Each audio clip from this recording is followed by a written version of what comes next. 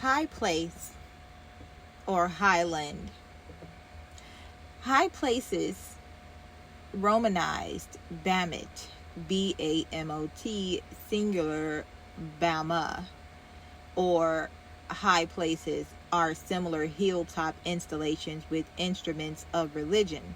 Platforms, altars, standing stones, and cairns are common, along with open courtyard shrines and sacred trees or groves.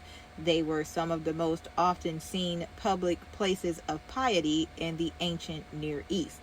They appear in the early Bronze Age at the latest. From the Hebrew Bible and from existing remains, a good idea may be formed of the appearance of such a place of worship.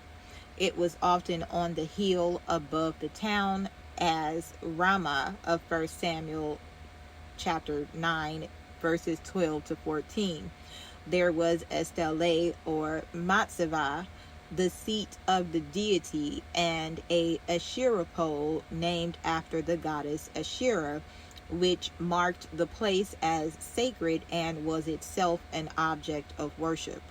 There was a stone altar or mizbah, slaughter place, often of considerable size and hewn out of solid rock or built of unhewn stones, Exodus chapter 20 verse 21, on which offerings were burnt, a cistern for water, and perhaps low stone tables for dressing victims, sometimes also a hall or lishka for the sacrificial feast. Ancient Israelite religion was centered on these sites. At festival seasons, or to make or fulfill a vow, an Israelite might journey to more famous sanctuaries at a distance from home, but ordinarily offerings were made at the Bama of his own town. The building of the temple at Jerusalem, which under the law of Moses had an exclusive right to offer sacrifices, Deuteronomy chapter 12, did not stop the Bamot sacrifices until kings Hezekiah and Josiah prescribed them. According to the Encyclopedia Britannica 11th edition, it was believed at the time, 1911, that the development of the religious significance of the word took place not in land of Israel, but among the Canaanites, from whom the Israelites, in taking possession of the holy places of the land, also adopted the name.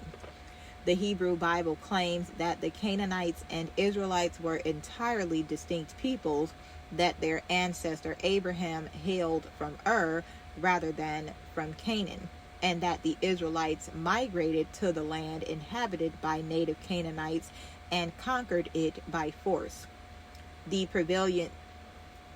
prevailing academic opinion today is that the Israelites were a mixture of peoples predominantly indigenous to Canaan, although an Egyptian matrix of peoples may also have played a role in their ethnogenesis, giving birth to the saga of the Exodus with an ethnic composition similar to that in Ammon, Edom, and Moab, and including Habiru and Shasu.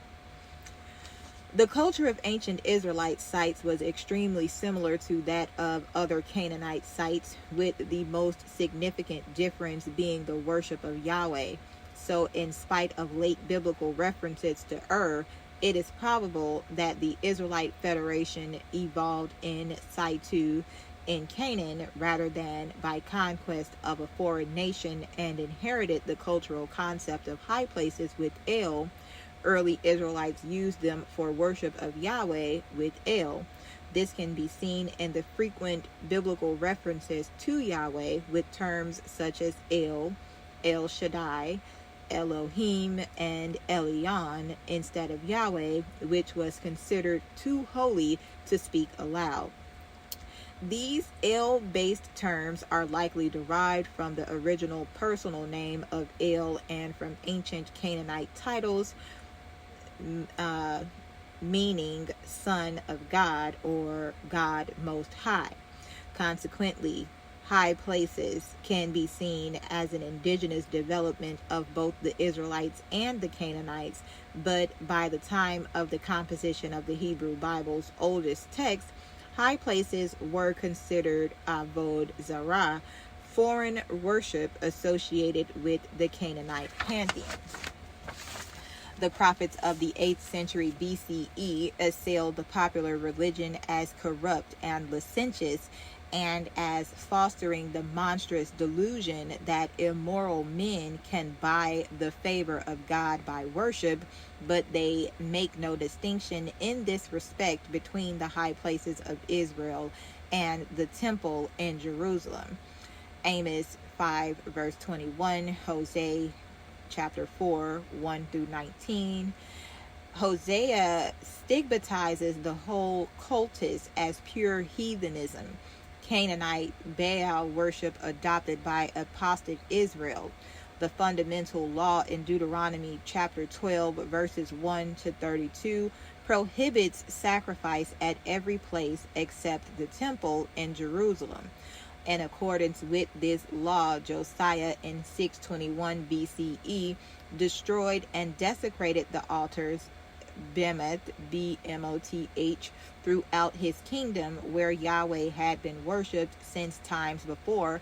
A permanent singular temple at Jerusalem was erected, and forcibly removed their priests to Jerusalem, where they occupied an inferior rank in the temple ministry. In the prophets of the 7th and 6th centuries BCE, the word Bamet connotes seats of heathenism or idolatrous worship, and the historians of the period apply the term in this opprobrious sense not only to places sacred to other gods, but to the old high places of Yahweh in the cities and villages of Judah, which in their view had been illegitimate since the building of Solomon's temple, and therefore not valid centers for the worship of Yahweh. Even the most pious kings of Judah are censured in the books of Kings for tolerating their existence. The reaction that followed the death of Josiah 608 BC restored the old altars of Yahweh. They survived the destruction of the temple in 586 BC, and it is probable that after its restoration, 520 through 516 BCE, they only slowly disappeared. In consequence, partly of the natural predominance of Jerusalem in the little territory of Judea, partly of the gradual establishment of the supremacy of the written law over custom and tradition in the Persian period. The rule of the law of Moses that sacrifice can be offered to Yahweh only at the temple in Jerusalem was never fully established in fact. The Jewish military colonists in Elephantine in the 5th century BCE had their altar of Yahweh beside the highway. The Jews in Egypt in the Ptolemaic period had, besides many local sanctuaries, one greater temple at Leontopolis, with a priesthood whose claim to valid orders was much better than that of the high priest in Jerusalem, and the legitimacy of whose worship is admitted even by the Palestinian rabbis. Modern Judaism. In Jewish synagogues, the high place, or bema, see also bema, is the elevated platform from which the Torah is read. It traditionally had its origin from the platform erected in the temple in Jerusalem, at which the king would read the Torah during the Hakel ceremony every 7 years at the Feast of Tabernacles. Deuteronomy chapter 31 verses 10 to 13. The bema is located in the center of Orthodox synagogues and in the front of Reform synagogues. The word bema is almost certainly derived from the ancient Greek word for raised platform, bema, with the resemblance to the biblical word bama being coincidental. Eastern Orthodoxy and Eastern Catholicism. In Eastern Orthodox Church and Eastern Catholic churches, the high place is the name used for the location of the cathedra, episcopal throne set in the center of the apse of a church's sanctuary, behind the holy table or altar.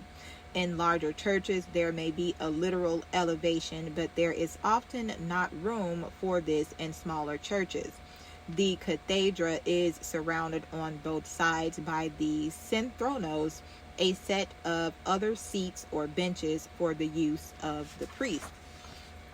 Every Orthodox church and Eastern Catholic church has such a high place, even if it is not a cathedral. The term high place also refers to the central portion of the holy table, where the anti-mention and gospel book are normally kept. The only other objects that are permitted to occupy this place on the altar are the chalice and discos or paten for the celebration of the divine liturgy. On the various feasts of the cross, a tray covered by an air or liturgical veil holding a cross and branches of basil is placed on the high place of the holy table until it is taken in procession to the center of the nave. On Good Friday, the epitaphion is set on the holy table until it is taken to the tomb in the center of the nave for veneration by the faithful. During the Paschal Vigil, this epitaphion is taken through the holy doors and placed again on the high place of the table, where it will remain until the Ascension.